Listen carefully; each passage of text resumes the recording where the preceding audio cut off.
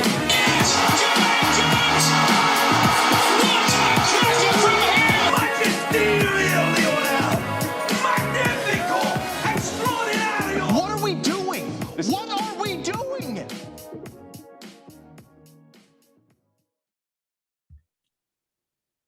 What's up, guys? Welcome back. What episode is this, Andrew? 20. 20, big 2-0. I got an idea. We do picture Breck Shea playing for FC Dallas, number 20. That's how we announce the episode. Miss Breck Shea on FC Dallas. Dude, I should have. Well, you probably don't have your Breck Shea jersey with you, do you? Nah, it's at home. So you should go get it. Yeah, maybe I'll squeeze in it's probably like an adult small. Yeah. But yeah. Episode 20. Ready to go. What are you wearing? So I don't know if I've worn this before, but I got a Maradona Argentina jersey. Where'd you get it from? Before he passed away, though. So like I got it a few years ago. Where did we get it? It was that website with they're not real jerseys, they're more just printed on. The remake website? Yeah, kind of. That's like this Lawless one. So maybe we ordered them from the same place. Yeah, probably at the same time too, because that Lawless one was, I don't know, $30. So it was probably the same thing. Yeah, so I let Lawless take Josie's place for a few episodes. Maybe we'll change out the Ronaldinho at some point. Yeah, I kind of want to wear the Ronaldinho. Yeah, it's fresh. I tried it on. It doesn't fit me, though. No. So I brought the Heat today. Absolute flames. The new 2021 Union. I guess it's their third kit or alternate kit. I don't know. On the back, it has Ilson Jr., so Ilsinho. He's like one of my favorite Union players. I don't know. It's just like he's a timeless player, man. Like he'll be a Union legend. And I thought the kit was just awesome with like the lightning bolts and everything. I think it's cool. Yeah. I was talking to some of my friends at school, and they said they don't like that Union jersey. That makes no sense. Well, obviously, it's like opinion. Yeah. But MLS teams come out with the same jersey. Like all like 25 MLS teams have like the same white kit. So like something different. Everybody has the same jerseys now. So when there's a team that has something different, it's cool. Yeah. I saw a tweet that was like, or you sent it to me. It was like, what year is it? Like 2012, maybe? Yeah, like probably like 13, 14. Yeah. Every team had different style jerseys. Mm-hmm. And now they're all the same style. Yeah. So. Yeah. No, I think kits are becoming like it's a cleaner look if they're simple. Maybe you don't make a splash and you're not the nicest kit in the world, but if it's simple and clean, you get by with it. But like something like this, you definitely get away with it because it's cool. Yeah. So yeah, this came in the mail, I don't know, last week or something. So I was pretty excited to wear it. Jersey. This is only my second ever Union jersey. Like I've had a few like training shirts and whatever, but I have the Mobio Kugo jersey I wore on here before, the light blue. And then this is only my second one. So big step for me. Yeah. Just want to say, I don't have the decorations that you got in the back. I got this warm up 10 years now. And then got some like Villanova flag, my roommate's Villanova flag. Those decorations. But we should just like, I don't mind if we just start buying scarves. So why don't we just start buying a few more scarves and hang them up there? We got two prep scarves here. You can take one of those. Yeah, that's true. I don't know where I'm gonna put it though. I don't know. What was I gonna say? Oh, about the US warm up in the back. I found this dude on eBay, and he must have been like an old US soccer equipment manager, because like he has like 400 items listed, and they're all from like the mid 2000s, and like some are like worn by players, some are like player exclusives, like just US like training gear. Are they expensive? It's like for a shirt that should be like $25 because it's used, it's like 60. So not terrible, but like there's like a Clarence Goodson game used like shorts on there, or like, you know what I mean? Like random stuff like that like only we would like, Yeah. But it's pretty cool. So yeah, I thought we'd start this episode, kind of recapping it.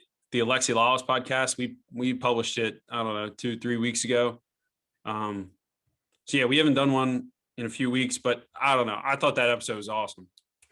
Yeah, he seemed like he came ready to talk. It seemed like he like really enjoyed it too, like genuine guy. Yep. Yeah, he was super cool. Like leading up to it, he responded. He was like, "Yeah, like we'll do it." So a big thanks to him. I mean, a lot of this content we put out is on Instagram and then some on TikTok as well, because it it gets that organic reach. And everybody that reached out was like, "Hey, this is awesome! Like he's a big name. Like respect for what you guys are doing." And then like some people saw those clips and then they checked out other episodes. They're like, "Hey, this is like really cool." So even if like one or two people say that, like it's pretty cool.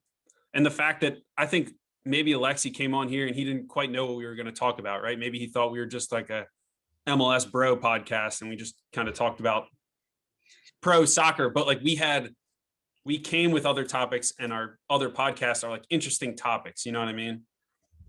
Yeah.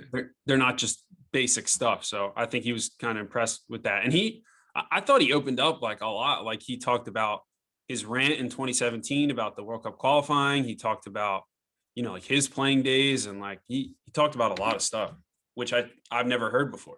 Yeah, definitely. I definitely learned a ton, like stuff that I didn't even know before. Yeah. And shout out to you for doing the whole editing thing with the videos now. Oh yeah, I kind of went on like a YouTube wormhole and like found out, I would take clips and post them on Instagram, sometimes YouTube, TikTok, Twitter, but like I found a better way to do it where it looks cleaner. It's a full screen, with the subtitles and everything. So I thought that was pretty cool. We got to up our production game a little bit. Yeah. Didn't you say you talked to someone that played against Lexi Lawless in college? Yeah. Oh yeah. Coach Joe from Pittsgrove. Okay. My boy. Yeah. I was talking to him last week and he said he played for St. Joe's and Lawless obviously played for Rutgers. And at the time they were in the same conference or something. And I don't know. Joe said he beat him. And then Alexi Lawless was so big, he came back and blocked the ball. And then the next time Lawless like ripped his shorts or something like that, which very on brand for Lawless. So that's funny. Yeah. So yeah, that was that. I figured today we kind of talk about, just like an update, like maybe what we're watching, some Champions League takes, like what we've been up to. Especially like when we get into these Champions League takes, I don't want it to be, here's what happened in the game and here's what I think will happen, because like in a week that episode's dead, But like if you're listening to this 3 weeks from now, I think you should be able to like look at our takes or hear our takes and like be like, is that right? Like, do I agree with that? Like, let me hear what these guys are saying. And something that like kind of stands the test of time for at least a few months. Honestly, your takes are wrong and mine are probably closer to being right. Oh, hold on. Let me star that real quick because I have one take that I got completely right and you got wrong. We're going to talk about it. What is that? Hilarious. I'll let the people know when we get to it. I have a star and a check next to it. Okay. But before we get to that, I just, what have you been up to soccer wise? It's been a while since we talked about this. So in about 2 weeks, I start with my school team. Mm-hmm. We're going to train for 4 or 5 weeks. In the last 2 weeks, we have 4 games to play. So cool. I start the 15th there, but I've been training with the same team I have been training with around here, playing games and scrimmages and practices and stuff. Just been watching, I haven't been watching as much as when I'm home, games, but when I was home this weekend, we were watching some Division I games. Oh, for sure, dude. Yeah, now that college soccer is back, I'm gonna have to dive into that too. We were even talking about like some Division III teams are, like you're kind of having a, like a lighter schedule, a few games here and there. Like some schools are, even Division III are having like conference schedules. So like we were like, yeah, we got to watch some of that too. Even like the local. The NJAC. So a lot of local Division III schools, their games get pretty intense. I was like kind of excited to see those. Tune into those. That's something I want to do. Like maybe, when this stuff gets going again and then maybe into the summer, maybe we just have like a 15-minute segment where we just talk about local soccer, whether it's NPSL, PDL. Yeah, definitely. That'd be cool. Not a whole lot of USL. That's a good idea. If only there was a NISA team in Philly, man. There used to be. Good times, bro. Good times. So what have you been doing? Dude, watching a lot of soccer, like especially since there's not a lot of coaching. My coaching actually really starts back up today. So I'll be I still have my U9 boys team out of Pittsgrove. And then I'm going to be training another U9 boys team, so the same age. And then I'm going to be training a U10 girls team, or the 2011s, I guess. So I'll be pretty busy with that. And then still, working through like the high school stuff. So it's out of season, but we're trying to make it like as much of a year-long program as we can, right? Because high school, you can get some summer workouts in, but it really ramps up in like August. And then if you go deep into the playoffs, it goes to like mid-November and then you're done, right? But it's kind of a cool way to think about it for me is like, if we could be almost like the national team. Berhalter is constantly out there monitoring his players, right? He's probably watching Barnsley because Daryl DK is playing for Barnsley and he just scored today. So if we can go watch, maybe there's a sophomore on the team and we go watch him. If there's a freshman that we didn't get to see much because he wasn't on the varsity team, and we can go see his club team, I think that'd be a cool thing. And like, maybe we keep notes, we keep tabs of these players. And like, I think it's better than just, hey, let's get everyone together, see who's in shape and play some soccer, like a real program, You sound just like one of our old high school coaches. Some people who went to high school with us might know him, but he would always say that like the high school soccer is like the national team. Who said that? Pine. Oh, dude, I love Pine. Yeah, it's a good analogy now that I really think about it. We got to get some dual nationals or some dual high school guys. Yeah. So I'm doing that too. So I'll be pretty busy. I'm coaching my regular U9 boys team. I coach their games. The other teams, I don't really have to go to their games. I'm just like the trainer, but I do as much soccer as I can. And then, so I've been watching a ton. I can go through some of it later, but just like, I'll just watch random stuff. Like I watched some Premier League, I watched a decent amount of Serie A. Like I watched the Milan derby a couple weeks ago. I try to watch more La Liga. I watch a good amount of Bundesliga. The other week I was at my friend's house and he didn't have cable. So like I couldn't just turn on like NBC Sports. So I plugged in on like his Fire Stick or whatever. I plugged in my ESPN Plus account. So like I was just watching like random like Dutch league games. And like I was like kind of enjoying it. It was like just a different experience. So my roommates wanted me to start clowning you for not having a favorite Premier League team. How are you gonna clown me? I feel like that's like kind of respectable. For the amount of soccer that you watch. Yeah. The amount of takes you have on certain teams and players, I feel like you should have a favorite team. What do you want me to say, Man City? Like it. What's Andrew's favorite team? And I would say Man City and Dortmund. Kind of, yeah. Say those are your two favorite teams. It's weird because like if Dortmund's on, I want to watch them, but like there might be a game on that I'd rather watch instead, and I'll just watch that instead. So it's like in the back of my mind, I'm like, Dortmund's like one of my favorite teams, but like I don't have to watch them or root for them in place of other teams, if that makes sense. I guess so. It's weird that you just don't have a team though. Like I feel like everybody has a team. Even people who don't even really watch soccer like that have a team. See, I just see it with like an objective point of view, just to be able to spit good knowledge into this mic. You just appreciate all soccer. Yeah. Well, not bad soccer. I'm here to call out the bad soccer. Not everybody has to play my style, but if at least you don't try to play or develop players the right way, then I'll call you out. I hear you. So like I see it a lot on the youth field. So quick question. How's did you get that coaching license?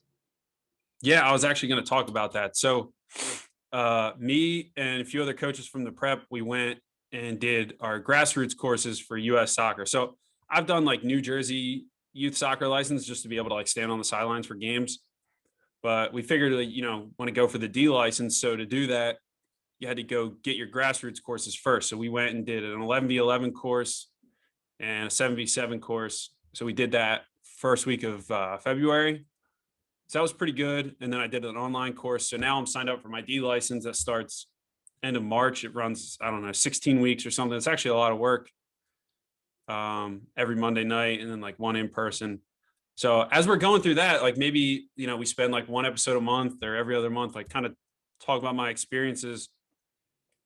Yeah, it was pretty good. I mean, like, I think it'd probably be beneficial for you, even if you never want to coach, is just get it. It kind of makes you think different way about the game. Yeah, a lot of times it's not so much about like what you're learning, but if you pick up on one thing, like there was a coach there that said like, I don't know, something stupid, but like he never puts his hands in his pockets when he coaches, or he never, when his team's scrimmaging, he never walks around on the field because there's science to prove that it causes anxiety amongst the players. Now, I don't know how true that is, but a few random tips like that kind of help you out a little bit. I get it. Mhm. But eventually some players will have experienced coaches like that, Yeah. Not And, everyone the same coach like forever. and there's dudes that like have coached in college, pro, whatever, that really don't follow most of these guidelines. Like there's people that if the sun's out, the coach, when he's talking to the players, has to face the sun, so the players' eyes aren't in the sun. Or the coach isn't supposed to wear sunglasses when he's talking to the players. But I've seen people wear sunglasses all the time. So like, The coach is always like, yeah, turn the other way so you don't. yeah. So yeah, but all right. So one thing I had on that, I say for this podcast, a little unstructured, we just kind of talk. I was watching, so of course for the in-person courses, sometimes they'll have youth teams there to do the practice, like demonstrate the practice that you watch and observe. Okay. But because of COVID and whatever, they picked like volunteers in the course to play the drills. So of course I volunteered and played in every drill for 2 hours. It was a lot of fun. But in the online course, I noticed like I was just sitting there watching and like picking up the coaching stuff. But all right, so they have like these 10, 11-year-old kids like playing soccer, right? And like the point is that the coach, he's teaching them whatever the session is that they're trying to get across. But I'm sitting there like, these kids kind of suck. But like they're being coached okay. And I get not every kid can be good, but like it kind of goes back to my theory that, okay, this coach could be great at coaching a session about switching the point of attack, right? But what does that matter if the player can't be confident and stay on the ball and dribble past somebody and develop some sort of like smoothness with the ball? Do you know what I mean? Yeah. Like this kid is being coached by this, good coach who is probably a course instructor, whatever. And he's got this great course with, all these coaching or this great coaching session with all these tips and a great session on switching the point of attack. But this 11-year-old kid, when the ball comes, takes a terrible first touch or boots it up the field or whatever. And when the ball comes, instead of like trapping the ball, looking up, seeing who he can dribble by, he's just clunky. Like that's one of the things I thought of. You're right. I mean, you kind of have to teach both of them kind of at the same time, right? Yeah. Like So I teach like the tactical part of the game, and then they can't just be tactical and then not know what to do with the ball. Yeah, that's not really my point. My point is that I think a prerequisite before really harping on anything else in soccer is that the player should be good enough with the ball that they could look smooth and dribble past the guy. Doesn't have to be like the best looking dribble. You don't have to do it every time, but you got to be able to control the ball. Like I always say, one of my rules is that they don't just kick. But if you get in that habit, it's like deadly. That like if you're not in the habit of controlling the ball and even trying to beat a guy, then it sets you back as a player. I hear you. That's a good point. Yeah, I just thought I'd talk about it because like it was just ugly to see like these kids in a good coaching session when the coach is trying to get across this one point about switching point of attack, right? But you see a kid, the ball comes to him and he just swings his foot, the ball goes 15 yards away. That kid should be able to stop the ball and go dribble by somebody if he's got the space. Yeah, I hear you. I see it sometimes at the level I'm at too. Yeah. Kids don't really know. Kids might not even have the like good technical ability to even do something like that. Yeah. And like, when are you going to learn? Because for me, it's too late at some point, right? some guys are late bloomers. I had to grind to get like as good as I am. Not saying I'm like that good, but just as good as I am. But like if you could get these guys more comfortable on the ball at younger ages, it'll compound as they do the right things. But if you don't, it compounds negatively and they keep getting in those habits and they get less and less comfortable with the ball or going at players. They could be comfortable on the ball and not be able to dribble by somebody too, which isn't good. Yeah. Word of the day, compound. All right, so that's that. You want to talk about some futsal? Yeah, I'd love to talk about some futsal. So I've been thinking about this recently, right? A lot of people, in the winter they play futsal instead of indoor soccer or outdoor soccer, and people just assume, oh, play futsal. It's tight space, it's quick, you got to make good decisions.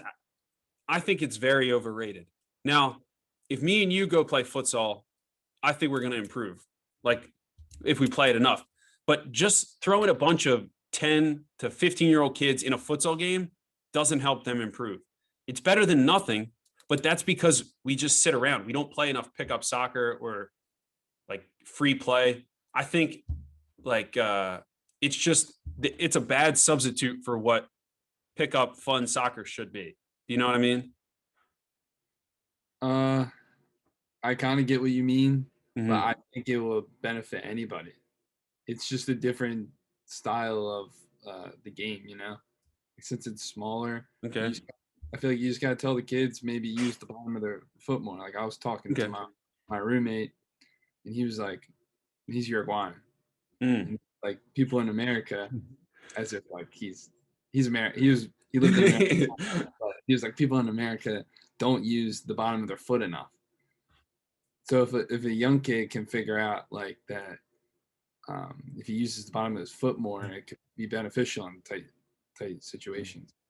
But so if you play futsal regularly and you're always playing, let's say after school or like in the streets, like you're some like Brazilian kid or something, then I get that. But if you're an American who plays in the winter for 2 months out of the year and you play once a week, maybe a practice a week at futsal, that's not enough to get better at the skills that futsal's requiring. I honestly think you're just getting worse at the skills that you need to do. So in my point of view, up until you're 13, 14, I think the emphasis should really be like with the ball, how do you dribble past somebody, skip past a defender, comfortable on the ball, manipulating it either way, either manipulating the ball, your body, the defender's body. It's hard to do that in futsal because the space is so small. But like, I think players should be able to train in tight spaces, but if the space is always so tight that they can't do it, then they're just going to revert back to the skills that they're comfortable with and they won't push out of their comfort zone. Or they'll develop new skills. But what okay, would you like to see instead of futsal? I think indoor soccer with walls is probably a little bit better because the ball is always in play. Coached the right way. Like you don't want kids just banging it off the wall. Yeah. But just any kind of soccer or playing. But the thing is, people get in these futsal environments, these like refereed futsal games. The ball is going out of play every 15 seconds. Like if you go watch a U12 futsal game, dude, it's disgusting. If you're not the highest level, because the ball's going out of play. One girl's kicking it off somebody else's shins. The goalkeeper gets it and throws it. Like there's no like fluidity to the game. And I just think there's not enough reps at doing it the correct way.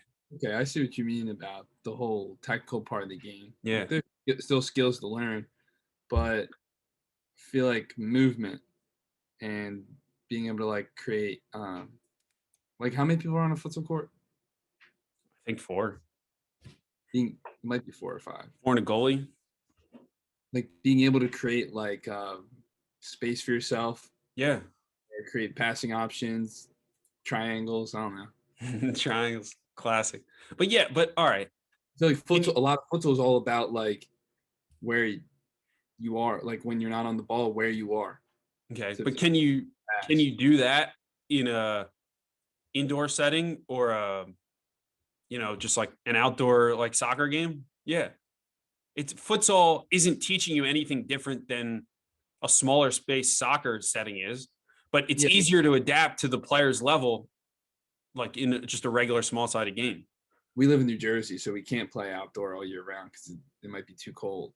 All right, I got you. But Futsal, you can do what you can do outside in futsal, a lot of things. okay, I just basically like the thesis of this kind of argument here is that I kind of want to dive into the science of it a bit more, but just think of a club team, right? And think, okay, it's winter. We're going to go play futsal every Saturday morning.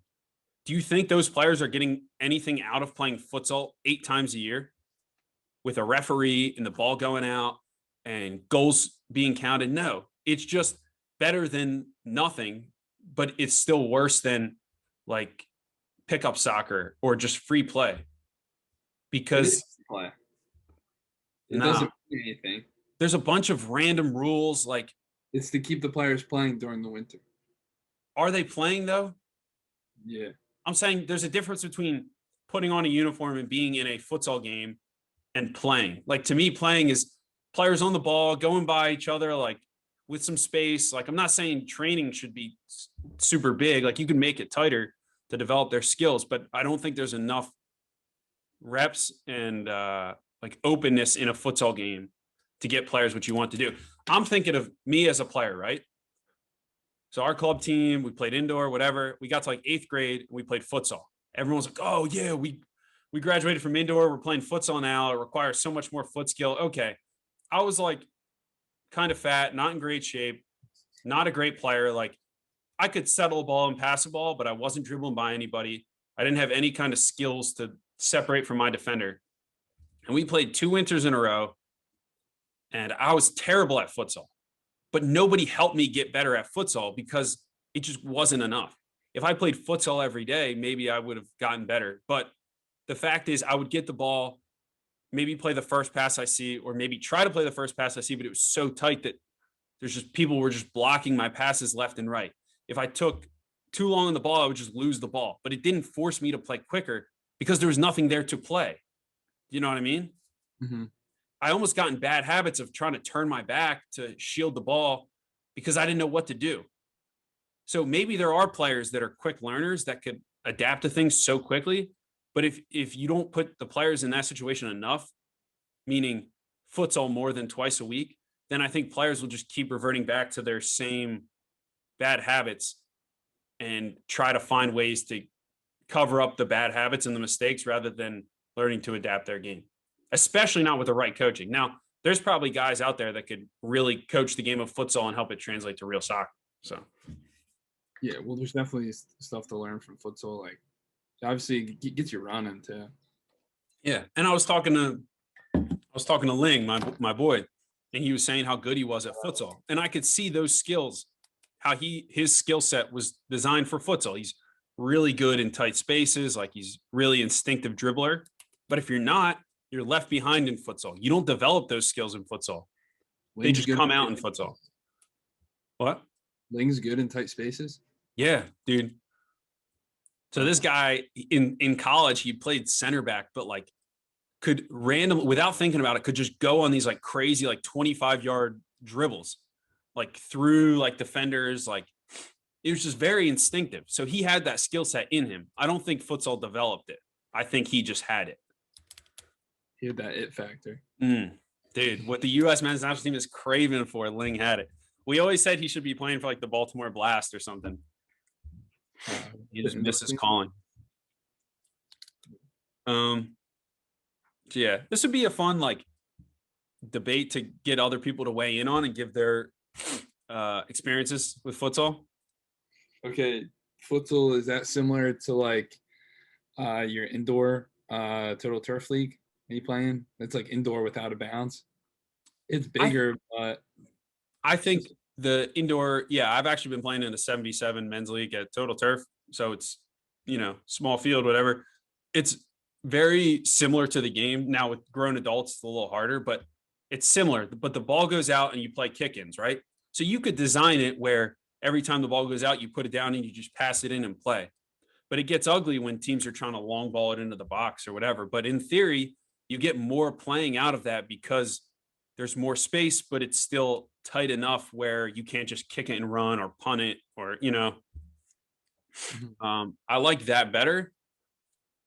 especially for younger ages, because they could still develop their skills. But yeah, I do think there's still a lot of, but also back to my point, multiple episodes ago when I kind of went on that rant about, I don't think 9-year-olds should be playing 7v7. I think they'd be better off playing 4v4 still, or just in more 2v2 situations. Didn't you say they do that in Belgium? Yeah, up until like 9 or 10 years old. Now, by the way, on my coaching course, I actually asked the instructor about it. He was talking about it, and he said the science supports playing 7v7 at U9 or U8. I forget. He said something like, if you look at a third grader, they're ready to be part of a team. They're more developed and all this stuff. And like, I'm not disputing that. I'm just saying, look at what a third grader could learn from playing 7v7, and look at the skills they could develop playing way smaller sided. It just seems like if you just like forget the team aspect and the winning aspect, like the skills that they'll have coming out of those small sided games are way more important than them. I don't know, learning what a midfielder is. You could learn that later when they're actually ready to listen and pay attention too. Yeah, I guess. So you have this U8 boy. Is it U8 boys team? U9. They're 2012. Okay. Are they? They didn't play anything in the winter, right? Nah. I mean, some teams did outside. But we figured most of it would get canceled, so we practiced outside a good amount until the weather got really bad. Huh? Like, what are you gonna do next year? Like, no COVID, or hopefully. I don't know. Maybe we'll play at Katana's. Maybe the place with the wall, like a 5v5 with walls around it.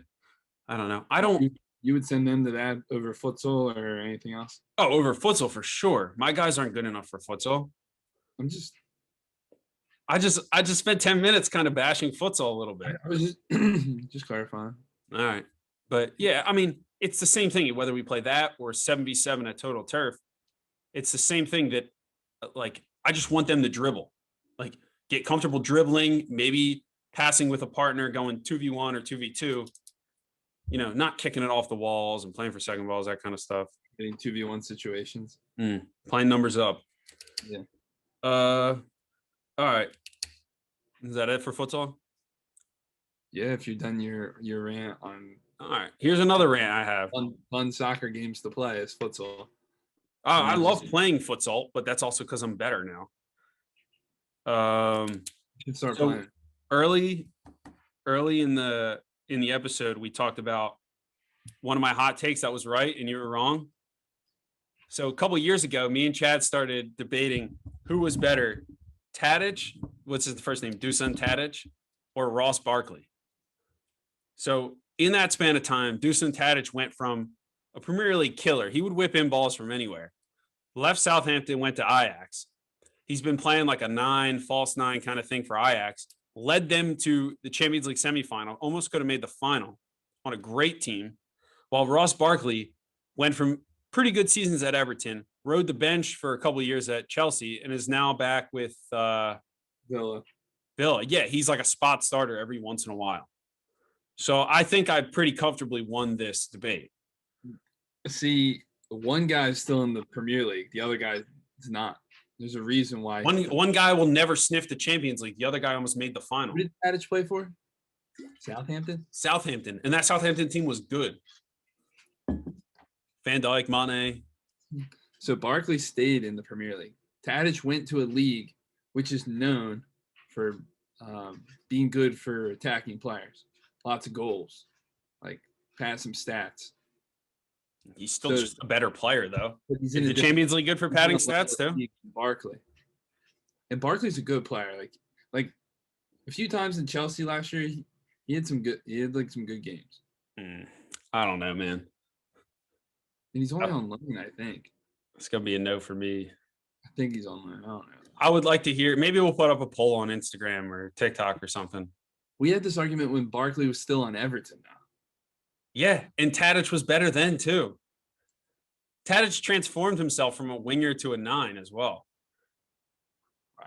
Barkley transformed himself from like a kind of an 8, kind of a 10 to like just a solid, ride the bench Yeah, kind of but guy. Barkley earned himself a move to Chelsea, one of the biggest clubs in the world. Tadic earned himself a move out of the league. That Ajax team would have beaten all of those Chelsea teams. So Not because of Tadic, though. he's part of it. That Chelsea team wasn't. The players are now on Ajax. Yeah, they're all at big clubs. It's a good dude. I'm sure Tadic could have went back to the Premier League at some point. All right, then I would like to see him go back. But no, he's old now. All right. I can't believe you just brought that up out of nowhere. We haven't even talked about that in so long. I know. I feel like we talked about it recently. All right, you want to get into some Champions League stuff? Yeah. All right, so I think the first game we need to talk about is PSG Barca. Obviously, PSG just destroy them 4-1. Yeah, I actually bet on Barca to advance because I figured at the time Barca was playing well in La Liga. PSG's been struggling in their league, and they played Neymar in a round of 64 French Cup game, and he got hurt. So like they were without Neymar. So I was like, all right, if Barca, like this is the time for Barca to, if they're going to win, they're going to do it now. He's only hurt because it's his sister's birthday. Yeah, I guess that's the reason. So I don't know. It's just Mbappe is just insane. I think Barca's kind of a mess. Yeah, Barca. They scored first, and then they let up 4 goals. Here's my take. I think Messi should be playing center mid. Yeah, you told me that, but I don't agree. All right, I sent you the video of him I don't know, they weren't playing PSG. I think they were playing a La Liga team, and the team just moved the ball straight down the field, and Messi didn't defend any. Yeah. I mean, you're also one of the best players in the world. It's probably part of the team's plans where Messi doesn't have to defend much, but still, like, he doesn't do much. So might as well just play him as a 10 and let him just find the ball. And like if he drifts wide, it doesn't matter because you still have 2 guys there to cover in the midfield. And play him with like a real center forward. I mean, you kind of need all players to defend now. Yeah. Like Ronaldo defends. Yeah. I just think if you play as mid, then what are you gonna do? How do you play him? Just as a 10 or like? Yeah, as a 10, I would play. Have one guy here and then 2 guys in front of him, and Messi be one of the 2 guys in front of the defensive mid. No, 2 guys behind him. You usually play. I would stop letting Busquets get the ball off the back line. I'd let De Jong get the ball and progress the ball. Then I would just have another center midfielder in there, whoever it is, and then let Messi kind of float and do whatever. Yeah, but that's assuming that they just have the ball all the time. Which they probably will most of the time. All right, enough with Barca though. Let's talk about, like there's not much to say. Mbappe is just ridiculous. Like he just scored, like what do you have? He had 3 goals. They're all like really good. But I kind of want to tie this into the Sevilla Dortmund game because I bet on Sevilla because just like PSG, they've been struggling in the Bundesliga. Like they're really bad. Like fired their coach a few weeks ago. So I thought Sevilla would get them to play good brand of soccer, but like forgot Sancho and Haaland could just kind of turn up whenever they want. So I watched Haaland, like individual highlights that game, and the runs he makes are like just crazy. He's so good. He's like so like powerful when he runs. Yeah, no one can like catch up to him. If you do, like he's just got an arm out. I just hope he's not like so big and so like not so reliant on his mobility that he gets hurt. But who do you think right now? So we've both been really high on Mbappe and Haaland as like top tier talents, right? We talked about it in a couple episodes ago when we talked about like potential transfers. Who do you like better? I've seen this debate, Haaland versus Mbappe.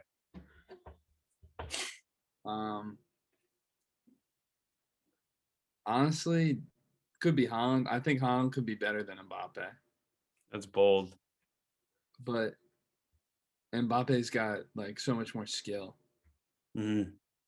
Yeah, Haaland can score goals though. Like he could put his foot on like any cross or anything. Not many center backs can keep up with him. Mbappe? Well, I'm talking about Haaland, but same with Mbappe too. But yeah, Mbappe's style of play isn't real. Like Mbappe wants the ball at his feet. Really. Yeah. They're different. Mbappe likes to play more on the wing. Yeah. People say who's the best number 9. I don't think I would include Mbappe in that, even though he plays up there a lot. I would still say he's a winger. But dude, every time I watch Haaland, I'm just impressed every time. Yeah. Now, not to say this is any like groundbreaking news, but like me and you both have kind of been on the forefront of like this Haaland hype train. Like it's been pretty obvious that he was going to be one of the best players in the world, and like finally people are starting to like kind of give him the recognition and not just like, oh, here's an exciting youngster. It's like, no, this dude is it. But I think Mbappe's been the best. Like his stats in League One last season were kind of disappointing, but he's been the best player in the world for the past few years, I think. And yeah, especially in the 2018 World Cup. And the fact that Haaland is in the argument with Mbappe shows how good Haaland is. But I still think if there's one player in the world I want on my team, even regardless of age, I think it's Mbappe. Really? Yeah. Now you could make an argument that like if you got one player to pick, maybe a center back or something is harder to replace than a winger. But you know what I mean. Like I think Mbappe is top of the top. I think both like 21, 22. Yeah, I think Haaland just turned 21. And Mbappe's 22. Not sure. They have like the most goals. Like this year or something. I don't know what it was. Yeah, but like, and you see like Haaland, like if you just give him service too, like either slotted through balls, like he had that acrobatic goal against Schalke in the Bundesliga, like literally like 5 days after the Champions League game. See, the thing with Haaland, I think you can't be a better forward. Yeah, it's the way he's playing. It's hard. That's what we talked about. Like, there's not a whole lot of top tier 9s. Even like Ibra in his prime, I don't think is as good as like what Haaland could be. This is like Brazilian Ronaldo type good potential. See, I never really watched Brazilian Ronaldo. But... I mean, I saw like the tail end of his career, but you read, you see highlights, like the way people talk about him as like the guy, and most of the time the guy of a generation, like we haven't seen it be like a real 9. We've seen Ronaldo, Messi, like those guys weren't 9s, but Haaland has a chance. I mean, Mbappe scored the hat trick. Haaland had 2, so they're really like staking their claim for being the 2 best players in the world, which they probably will be. And you heard it here on this podcast first. They're the next Messi and Ronaldo. Let's hope. And I like them both too. I've been contemplating like I needed another jersey to buy, and I really want an Mbappe PSG, but like I kind of want a Haaland, and then I don't know. Get a Haaland Man City for next season. Let's go. Yeah. So if you want to know, we're both in front of me, but I don't. Wish you had what? Stats in front of me. I mean, you could just look them up, but I don't really think the stat like it almost like they don't even matter. I think Haaland literally has a goal per game since he's joined Dortmund. It's crazy. I'm a big analytics guy, but this is not a stats podcast. Yeah. So real quick, I mean, I got to get going kind of soon, so let's kind of run through these games. Juve Porto. I think Juve will be able to pull it out in the second leg. Porto literally just capitalized on a bad back pass and goalkeeper error. Yeah, Juventus got that late goal, right? Helps him out a ton. Yeah. That was always going to be one of the not as exciting ties here. Atletico Chelsea. Dude, how many times I need to say Olivier Giroud, bro? He's world class. You put him on any team, he'll score goals. Like it's just that simple. What a goal. It's just there's only like 3 or 4 guys in the world that could do that. And like he's one of them every season. Anytime you put him in the game, you're getting his best. See, I'll give it to you. That's a good take. Yes, finally. Okay, so tell them what you said. Like when I saw it, you're like, all these players that Chelsea sign, and they still rely on. Yeah, they could sign Havertz for 100 million or Timo Werner for 90, or like just completely disrespect Pulisic and not give him the time he deserves. And they could rely on Mason Mount and all these guys and Reece James, Callum Hudson-Odoi. Their best player almost every time is Olivier Giroud. And like if he wasn't maybe so old, or maybe if they didn't need to work Werner or Tammy Abraham into the lineup, if they really just wanted to say, hey, what's our best team? It's Giroud up top every time. Same with Arsenal too. But the Arsenal fans were just too cocky, too arrogant to realize that it was Giroud that was the best player on their team, or the best scorer, number 9 on their team. Mm-hmm. You know, they wasted a lot of good Alexis Sanchez years and Ozil years with just fooling around and not giving this man the job. Yep. I've been disrespected too many times for this take. I'm gonna have to post that picture. We were in Disney one time. Do you remember this?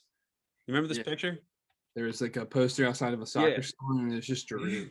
Yeah, it was like a bunch of like Arsenal supporters with flags and a picture of like Giroud and like, I don't know, Santi Cazorla. It was like an ad. But so I just like posted up next to Giroud, and it's like my favorite picture. Yeah. One thing I wanted to say was I just think it's hard to watch Chelsea right now. If it'd be even harder if I didn't like Giroud so much. I just hate that team, man. I just don't like a lot of their players. They just make me mad. I didn't like Lampard. I didn't think he did a good job. I don't really like what Tuchel's doing right now. Like, I've seen these Pulisic to Bayern rumors, and like, I'm all for it. I get it. I like the Chelsea players though. Individually, like a lot of the Chelsea players. Individually, I like them too. But like as a team, like I like Mason Mount as a player, but like Mount's been playing really well. Yeah, but like it's just hard to. And I like Kovacic too. Like I've been on here talking about Kovacic, but like, do I get excited to watch Rudiger or Reece James or Chilwell or Hudson-Odoi? Like, no. Timo Werner. Like, how many times are we just gonna look at his like clueless face on the NBC Sports screen? It just drives me nuts, man. Give me some Eredivisie to watch. I forget the team I was watching. It's an attacking players league. Yeah. Just look how many goals Tadic scores. Imagine how many goals Giroud would score, bro. How many goals Ross Barkley would score in that league? Speaking of that, though, before we get to the next two Champions League games, I did watch the Milan derby, Inter versus AC Milan. Was it? Yeah. And dude, Inter Milan's really good. Like, if they win the league, they deserve it. Lukaku is playing like an absolute animal. Mm-hmm. I think it's just that team is so good. They have a few really good center mids. Perisic is playing left wing back, which is pretty interesting. So I know I just mentioned the Pulisic to Bayern Munich rumors, and he was literally on loan from Inter Milan to Bayern Munich. And at worst, Pulisic is just as good as Perisic, I think. Like, Bayern Munich is like it's a winger machine. Gnabry, Sane, who am I missing? Kingsley Coman, Thomas Muller. Sometimes like they rotate these guys and they all get the job done. And then Perisic just goes back and he's just a better player. Inter Milan's just good. But I was also kind of, especially when you're not around and I don't have anyone to give these soccer takes to, I just watch these games and keep it to myself. I think Lukaku is what that is right now the top end of what I think Josie Altidore could have been. And I still think if Josie Altidore was, fit in the right system, younger in his career, he could have been somewhat close to Lukaku. You got to squeeze Josie in there, don't you? Yes. I think Josie bulked up too much. I don't think he intentionally just started hitting the gym. I think it was for no reason. I think it was just like, that's just his body. But Lukaku's jacked too. So like, I agree. Like, Josie could have been like Lukaku, but I don't think Josie could have been as good as Lukaku. No, Josie was so fast when he was younger. Now he's slow.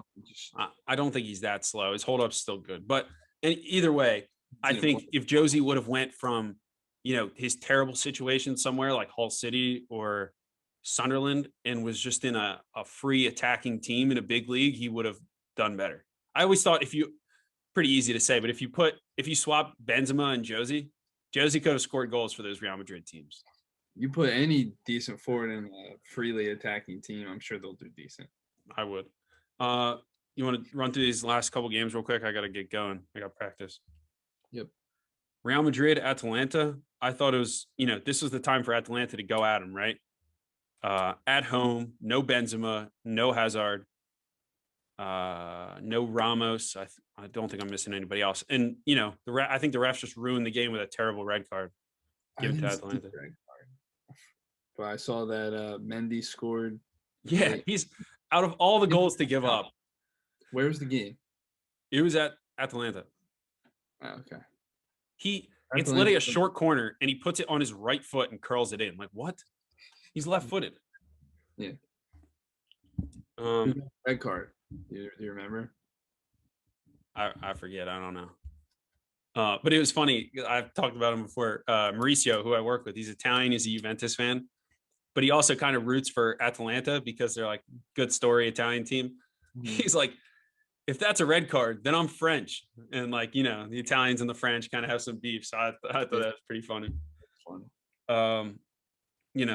City and Mönchengladbach, like to be expected. Man City's a machine. What's the score? What did the score end up? 2-0 at Gladbach. So I don't know. Gladbach's not even a name. It's Mönchengladbach. But I saw Man City center backs have more goals than they've conceded. Yeah. And they actually conceded a goal yesterday, but that's because they didn't have my boy Stonesy in there. Yeah. I love John Stones, man. That's another one I'm right on. How many times am I going to be right before people start giving me credit? He didn't play yesterday, though. And they conceded a goal. Yeah, but he played the game before, and they still conceded a goal against West Ham. You're right. But West Ham's actually pretty good. I was impressed with their attack. But anyway, I just think I think City, hopefully, they'll win the Champions League this year or at least deserve a good run. They've turned the league into kind of what the French league or the German league has been, with Bayern and PSG running away with the league, and to a league that's always been like pride itself on like competitiveness and some parity. Like he's just transformed this team. He's going to win 3 Premier Leagues in 4 years. He's just missing one ridiculous Champions League run. Like they had 2 years where they're just running away with it. The other year, it was so close. It was 1 or 2 points. Yes, but that Liverpool team was also really good, and they were setting records. I don't want you to be like, yeah, they set records 1 year. No, I think they set the record and then broke the next or something like that. Whatever. They set the record. Have to come with some stats. Okay. We'll come with stats next podcast. Yeah. I got to get going. So do you have anything else to cover on these? No. Was that all the games? Yeah. No. So next week the games will get back. This will be up before those games, but yeah. Any big games coming up this weekend for the Premier League? Man U and Liverpool, maybe. Liverpool and Chelsea, I think. Liverpool and Chelsea, which is weird because that's a big game that I feel like never happens. You never turn on the TV; it's never Liverpool and Chelsea. Yeah. So that's Chelsea and United or something. Yeah. So that was good. What have we been on here for? Probably 45 minutes or so, almost an hour. Yeah. But I got to get rolling. I got some coaching. It's time. Weather's nice. Everyone's fighting for some field space. So anything else? What are you working on today at training? We're actually going to do get back into the flow of things, some 1v1s. I'm going to do some, a little game where there's gates on the field and 2 goals. And like, you have to get through at least 2 gates and then you go scoring a goal. Just something where they're in space with a defender on them, but they're trying to get them. The main question of the practice today is, can you lose your defender with the ball? So can you fake them out with the ball? Can you fake them out with your body? Can you get them going one way and you go back the other? So we'll see how it goes. Kids will be buzzing about that one. I bet, dude. They'll be buzzing about this podcast too. So that's episode 20. You ready to wrap this up? Yeah, I'm good. All right. Peace. All right, take it easy.